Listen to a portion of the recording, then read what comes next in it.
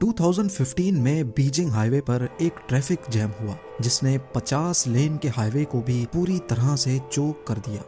1980 में French auto root highway पर traffic jam इतना शदीद था कि 175 किलोमीटर तक गाड़ियां फंसी रहीं। पेरिस से लेकर लियो तक इस ट्रैफिक जैम को क्लियर होने में कई दिन लग गए थे। इसी तरह ब्राजील, जर्मनी और अमेरिका समेत दुनिया के कई हिस्सों में ट्रैफिक जैम होते रहे हैं, जहां गाड़ियां 12 दिन तक भी फंसी रहने की खबरें मिली हैं। पर आज मैं जिस ट्रैफिक जैम के बारे में बात करूंगा वो जानकर यकीनन आप भी हैरान होने वाले हैं।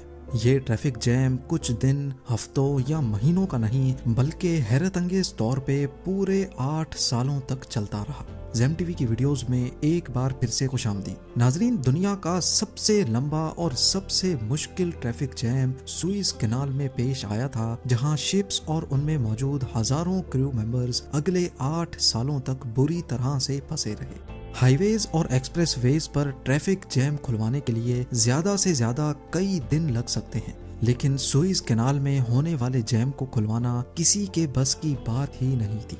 आइए इतिहास के इस अनोखे और सबसे लंबे अरसे तक चलने वाले ट्रैफिक जैम की इंटरेस्टिंग स्टोरी जानते हैं। ये बात तो हम सभी जानते हैं कि सुइज कैनाल को शिपिंग और ट्रेडिंग इंडस्ट्री का जेवर कहा जाता है।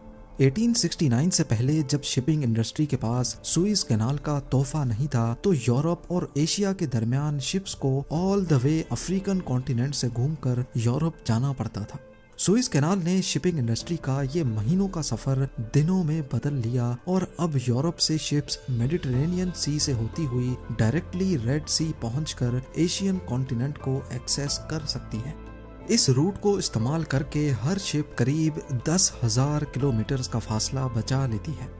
इसके अलावा अफ्रीकन वाटर्स में कई पायरेट गैंग्स यहाँ से गुजरने वाली शिप्स को लूट लिया करते थे, जिनमें सोमालियन पायरेट्स और वेस्ट अफ्रीकन पायरेट्स काफी फेमस हैं। ये पायरेट्स शिप्स को जबरदस्ती रोककर करोड़ों डॉलर्स का माल लूट लिया करते थे और क्रू को होस्टेज बनाकर अपनी मांगें भी पूरी करवाते थे।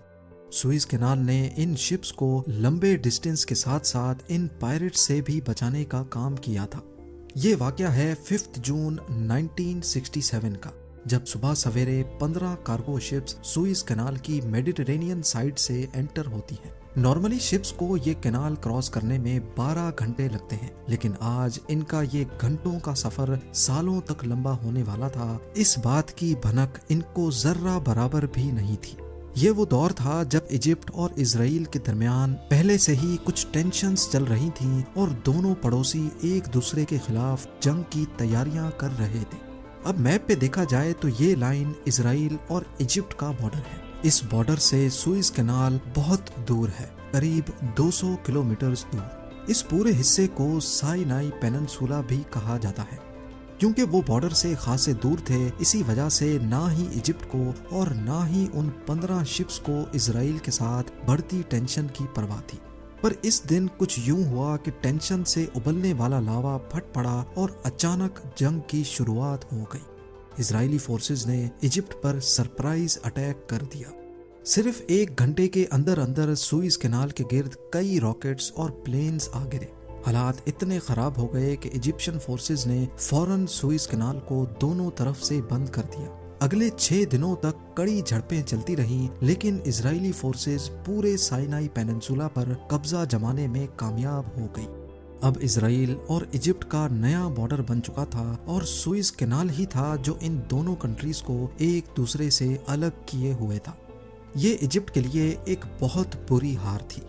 इजरायली फोर्सेस कैनाल को क्रॉस करके मजीद आगे ना बढ़ें, इसलिए इजिप्ट ने सुइज कैनाल की दोनों साइड पे कश्तियां खड़ी कर दी, अपने ब्रिजेस खुद ही तबाह कर दिए और पूरे कैनाल में जगह जगह माइंस इंस्टॉल कर दी। ऐसा करने की सिर्फ एक ही वजह थी कि इस कैनाल को इजराइल के साथ साथ कोई भी इस्तेमाल ना कर पाए।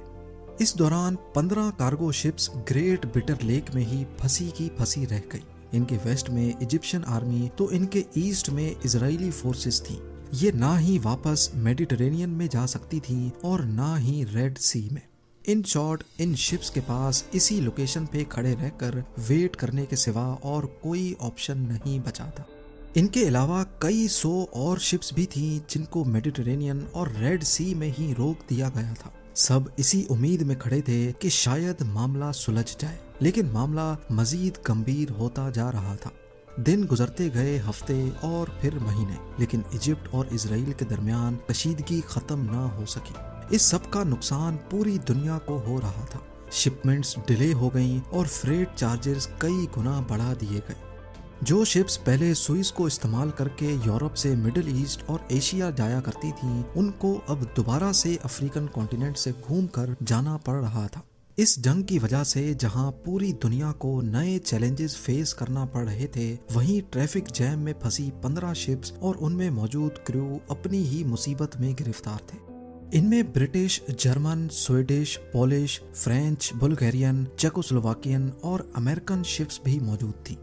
کئی مہینوں کے بعد جب ان کو کلیئر ہو گیا کہ یہ مسئلہ اتنا جلدی ختم ہونے والا نہیں، تو شپنگ کمپنیز نے زیادہ تر کرو کو واپس بلوا لیا، جبکہ ایک شپ پہ صرف 10 لوگوں کو مینٹیننس کے لیے چھوڑ دیا گیا۔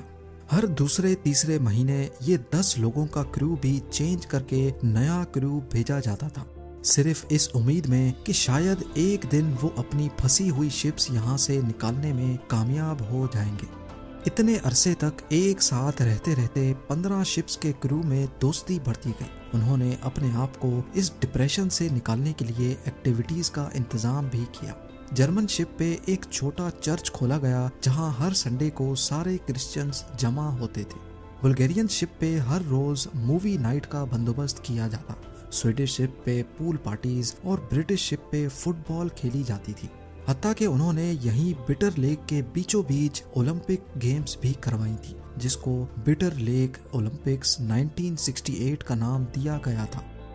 ایک کے بعد ایک سال گزرتے جا رہے تھے، لیکن یہ شپس ایک ہی جگہ پر کھڑی رہی۔ آخر کار ایک وقت ایسا آیا کہ ان کے اوپر مٹی کی لیئر جم چکی تھی، کیونکہ یہ نیوٹرل شپس تھیں اور ان کا اس لڑائی سے کوئی لینا دینا نہیں تھا۔ اسی وجہ سے ان کو کھانا پینا پہنچانے کے لیے نہ ہی اسرائیل کو اعتراض تھا اور نہ ہی ایجپٹ کو۔ 6 سالوں کے بعد 1973 میں یہ جنگ ایک بار پھر سے شدت اختیار کر گئی، لیکن اس بار حملے کی شروعات ایجپٹ کی طرف سے ہوئی۔ ایجپٹ اپنی پوری طاقت کے ساتھ سائنائی پیننسولا میں گھسا اور اسرائیلی فورسز کو کافی اندر دھکیل دیا۔ دونوں طرف سے بھرپور حملے کیے گئے، لیکن اس بار ایک اسرائیلی راکٹ نہ چاہتے ہوئے بھی پھنسی ہوئی امریکن شپ پہ آ لگا اور وہ تباہ ہو کر ڈوب گئی۔ ہفتہ چلنے والی یہ لڑائی دونوں طرف ہزاروں کیجولٹیز کا باعث آخرکار 24 اکتوبر 1973 کو دونوں کے درمیان سیز فائر ایگریمنٹ ہوا اور دونوں کنٹریز نے اپنے اپنے ٹروپس واپس بلوانا شروع کر دیے۔ 6 سالوں تک چلنے والی جنگ تو اب ختم ہو چکی تھی، لیکن ٹریفک جیم میں پھنسی شپس کے لیے جیسے ابھی تک جنگ چل رہی ہو۔ ان 6 سالوں میں سوئز کینال کے اندر بوٹس، شپس، پلینز اور راکٹس کا ملبہ بکھر چکا تھا۔ اس کے علاوہ یہاں ایجپٹ نے مائنز بھی انسٹال کر رکھی تھی، اسی وجہ سے شپس کا یہاں سے نکلنا ابھی بھی ممکن نہیں تھا۔ سوئز کینال کو اچھی طرح صاف کرنے میں ایجپٹ کو اگلے 2 سال لگ گئے۔ 5 جون 1975 وہ دن تھا جب سوئز کینال کو 8 سالوں کے بعد کھولا گیا۔ اتنے لمبے عرصے تک ساتھ رہنے کے بعد 14 شپس کا اب سوئز کینال چھوڑنے کا وقت آخر کار آ چکا تھا۔ یہ جب واپس اپنی کنٹریز میں پہنچی تو ان کا خوب دھوم دھام سے استقبال کیا گیا۔ پورے 8 سالوں تک بند رہنے کے بعد سوئز کینال میں ٹریفک دوبارہ سے بحال ہونے لگی۔